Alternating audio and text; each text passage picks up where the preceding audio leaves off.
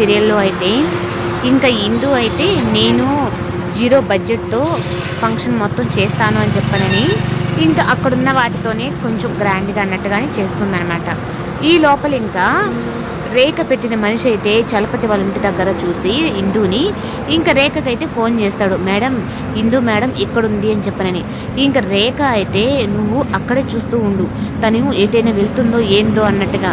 అంటే ఇన్ని రోజులు కిడ్నాప్ నాటకం ఆడి ఆ స్వరాజే తనని కిడ్నాప్ చేసి పెట్టాడా అంటే డబ్బుల కోసం అన్నట్టుగా ఇంకా అనుకోని ఇంక తనని చూస్తూ ఉండు అనేటప్పటికి ఇదంతా కూడా లక్కీ గాడైతే వినేస్తాడు. ఇంక లక్కీ అయితే వినేసి రే మావ ఆ ఇందు గురించి వాళ్ళ అత్తకి తెలిసిపోయిందిరా. ఇప్పుడు కానీ ఇందు కానీ ఇక్కడ ఉండింది అంటే మనకు ₹1,00,00,000 రావు. అలాగే మనం నెత్తిన గుద్దేసుకోవాలిరా మామ అని చెప్పనని ఇంకా ఇందునైతే ఇంకా హడావిడిగా అయితే తనని తీసుకొని వెళ్ళిపోతారు. ఇంకా అక్కడికి నందు కూడా అయితే వస్తుంది.